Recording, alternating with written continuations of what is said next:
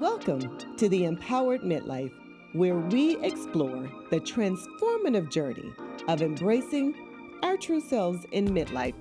I'm your host, Dr. T. Join me each week as we share insights, personal stories, and yes, practical tips to live our midlife unapologetically with authenticity and empowerment. Together, we'll uncover the joy of rediscovering purpose, tapping into your inner power, and embracing the changes that come with aging. If you're ready to redefine your midlife, reclaim your health, and live life fully, fully empowered, guess what? You're in the right place. Hello, and welcome to another episode of the Empowered Midlife. I'm Dr. T, your host, and in today's episode, we're going to talk about something that you wish you had more of, something that God's not making any more of, and quite frankly, it's a very hot commodity. What am I talking about? Time, sis. Today, we're diving into something to help you stop drifting through your days and to start living with intention. If you're feeling overwhelmed, if you're feeling scattered, if you feel like time is just slipping away, sis, my brother, this episode is for you. So, the Bible says this very plain and simple in Psalm 90. I love this. It says, "Teach us how to number our days, that we may gain a heart of wisdom." So let's think about that. In numbering your days, how effective are you at managing those 1,440 minutes that God gives you every single day? Listen, God's not making any more time. We only get 24 hours a day.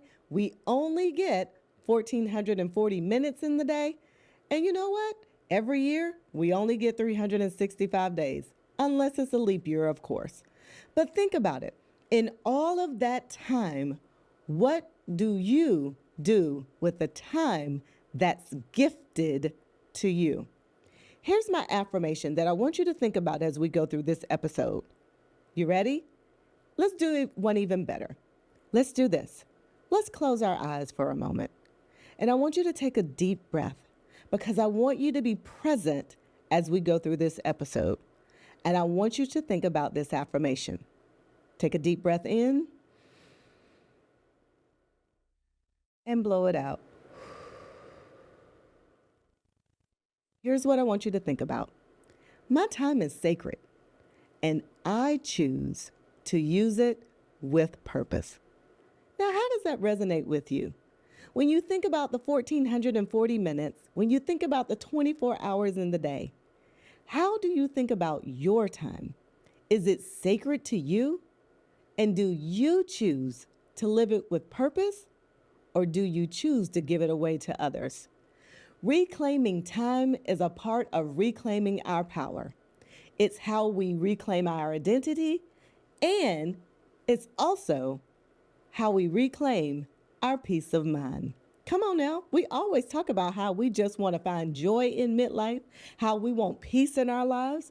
Well, peace starts with reclaiming your time. Power starts with reclaiming your time. So in this episode, I'm going to give you 5 ways to own your time. All right, so get out some pen and paper because I want you taking notes. So here's the first one. Number 1, get clear on what you actually want. It's not a trick question. It's not a hard question, but sometimes we make it hard. Sis, my brother, you have got to get crystal clear on what you want. Many of us follow default routines in our lives. Listen, those routines no longer serve us. You showing up for other people, that doesn't serve you anymore. You being in places that you really don't want to be, wasting time that you don't have, doing for other people, that doesn't serve you anymore. In midlife, it's all about doing things that serve you. And again, it's not selfish to do that. Think about it this way. What brings you joy? What brings you happiness? What brings you peace. What do you want more of? And the thing that you want more of, those are the things that you begin to do more often. So, when you're sitting there and you're thinking about what are the things that make me happy? What are the things that bring me joy? What are the things that cause me to feel peace? That's where we bring our focus. So you got to be crystal clear on what you want. Here's number 2. I love number 2. Y'all know I love some boundaries. So here we go. Set boundaries without guilt. Stop feeling guilty for putting boundaries in place that protect you and protect those around you. The power of a no, oh my gosh, that is something simply powerful. 2-letter word means a lot. No protects you. No protects your time. No protects your energy. And no protects your peace. So you've got to learn the power of the word no and stop feeling guilty for using the word. Boundaries are put in place to protect us. They're put in place to protect other people. But when you associate guilt with not showing up for other people, then we've got some work we need to do. Listen, you are in charge of the 1,440 minutes. At the end of the day, when you recognize that you've put 1,440 minutes in the hands of other people, you'll recognize the power of your word no. Here's the third one. The third way that you can reclaim your power, which is actually your time. You limit distractions and overcommitments. Woo, that's right. How many of us have just spent so much time on this right here? Scrolling through social media, responding to emails, attempting, that's right, I said it, attempting to multitask. Because truthfully, we found there's studies that are out there that shows that multitasking is not very efficient when it comes to your time and your energy. So, how much time are you devoting to engaging in activities that bring you peace, joy, and happiness? Or how much time are you simply scrolling on social media, checking your emails, or attempting to multitask and do various things? You've got to limit your distractions, and that's truly what they are. At 9 o'clock at night, responding to an email that somebody sent you on your job, I promise you, sis, I promise you, my brother, that email is going to read the same at 9 o'clock in the morning when you are back on your job. Remember, at the end of the day, it's the end of the day. So responding to an email or taking a call that you don't want to accept, now that's a distraction. Number 2, under the limit distractions and overcommitments, I want you to think about your day this way. Where are areas of your day that you can block off time to focus on goals? Now, I feel like I'm a master in this because I've been actually using a daily planner since I was 16. My dad and my mom were big in teaching us how to schedule our times. And so my husband often laughs at me saying that your daily planner is just as important as I am. That's absolutely true. Because if it's not written down, listen, it didn't happen. When I was a school counselor, I actually trained my students to put themselves on my calendar. So I would see them in the halls, or they would go, Dr. Knighton, can I come and see you? Listen, put it on my calendar, and I'll make sure it gets done. So I live by a daily planner. I love a daily planner. And I'm not talking about one of these electronic daily planners. I'm talking about one that I get to put together that sits on my desk, that's in my multicolored pens, that I can check off the task of the day, that I can focus on the goals of the day. I love seeing my goals written down. I love seeing myself check them off. It's such a powerful thing for me to be able to do those things. So think about time blocking or choosing 1 to 2 focus goals per day. And those are powerful ways for you to take back your time. Think about it. It's your time. How do you want to spend it? Do you want to go back and look and then at the end of the day, you recognize that nothing was done that you needed to get done? Or do you want to see at the beginning of the day, these are the things that I've put in place for me to get done by the end of the day, and being able to check them off one by one?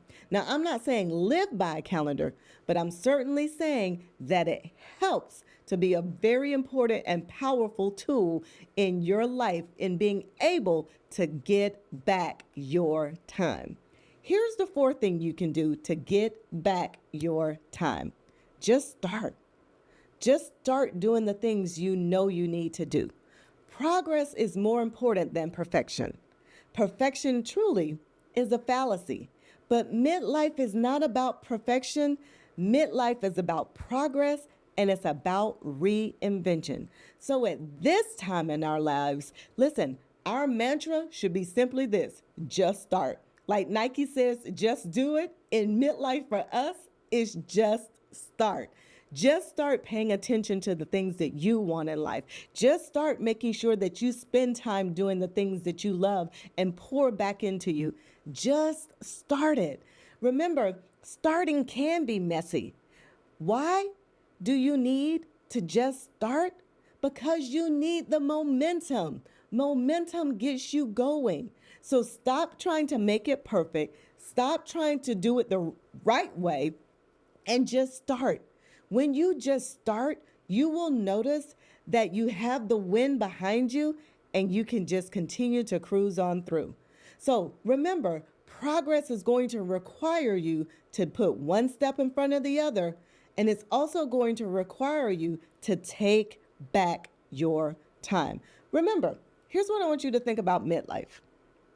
Year 0 through 18 or 19 or so, your life was in the hands of other people, right? Your 20s, you probably did some things. You may have partied hard and did your own thing in your 20s. 30s, many of us began to settle down. Some of us may have gotten married, started having children. Now you're in your late 40s, and some of us are even in our 50s.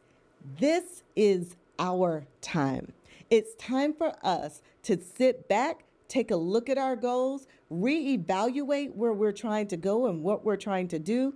And for some of us, it's even about reinvention. So when I say just start, I really mean just start. You've got two things that are going for you in midlife. Number one, you've got wisdom. And number two, you've got experience. So stop trying to make everything perfect. Perfection is not the goal. Progress is the goal. And here's number 5. Live life on purpose. Be purposeful and be intentional. What are your values? When I say live life on purpose, what are your values? Knowing that helps you to eliminate your wasted time. And when you're purposeful and intentional, listen, you start to move different. You don't do the things that drain you. Yes, that's right. You don't do the things that drain you. Your yes is just as powerful as your no. When you say yes to things, that means that you want to participate in things that are purposeful to you and that are intentional to you. And when you say no, that means you don't want to do it. You're eliminating those things that waste your time. So when you think about what drains you, yeah, those things that you like to say yes to because that's what you've always done. But when you're in the midst of doing it, you're sitting there going, oh my God, how much longer is this going to be? Why am I wasting my time? Listen, sis, listen, my brother, stop doing those things. What fills your cup and what brings you joy? That's what you have time for. Those are the things that need to be on your to-do list because those are the things that bring you joy. Have you made time for things that you love to do? For some of you, it's journaling. For some of you, it's working out. For some of you, it may be playing an instrument. For others, it may be writing. For some of you, it's to drive in the country, to plant a garden, to learn a new hobby. How much time are you spending on the things that you actually love? Remember, midlife is all about spending quality time with yourself, for yourself, and because of yourself. You deserve it. So here's what I want you to think about. Here's our journal prompt for this episode. Where am I spending time out of habit instead of intention? Is it a habit for you to go somewhere that you don't want to go? Is it a habit for you to spend time with people you don't want to spend time with? Is that a habit or is that in your intention? That's something for you to think about. And here's your action step for this week. I want you to go do an audit on your time. That's right. Take a look. Take a look at how you're spending your time. Choose one way this week to take back your time. That means you're either going to set a boundary, schedule a focus block, a time that you're going to focus on one of your goals in your calendar, or you're simply going to unplug, that's right, from something that drains you. So, how can you take back your time this week? I don't know about y'all, but I plan on doing all three this week. I plan on unplugging, I plan on setting some boundaries, and of course, I'm going to put a focus block on my calendar because I love setting goals and achieving them. And remember, in midlife, it isn't about doing more. This is not the time of our lives where we're trying to do more. It's more about doing what matters. So think about how you're showing up for all of those other people. Is that something that you want to do more of? Is it something that really matters to you? Or is it something you need to scale back because it's taking time away from the things that really matter to you? All right, I told you I was going to give you 5 ways this week how to take back your time. Here's what I need you to do for me. I need you to subscribe to my YouTube channel. And I need you to make sure that you share this podcast with somebody that you know. Somebody you know is just moving and shaking and just being all over the place all at once. They're doing too much and they're always complaining about how tired they are. So be sure to share this podcast with one of your sister friends or one of your guy friends and say, hey man, I need you to listen to this podcast because this is for you. Remember, you don't need permission to take control of your life. You don't need permission to take control of your time. Midlife is your moment, and I want you to own it. Not only do I want you to own it, but I want you to protect it and use it for what really matters to you. Thank you for tuning in to the Empowered Midlife. Keep choosing yourself first. And until next time, just remember to stay empowered.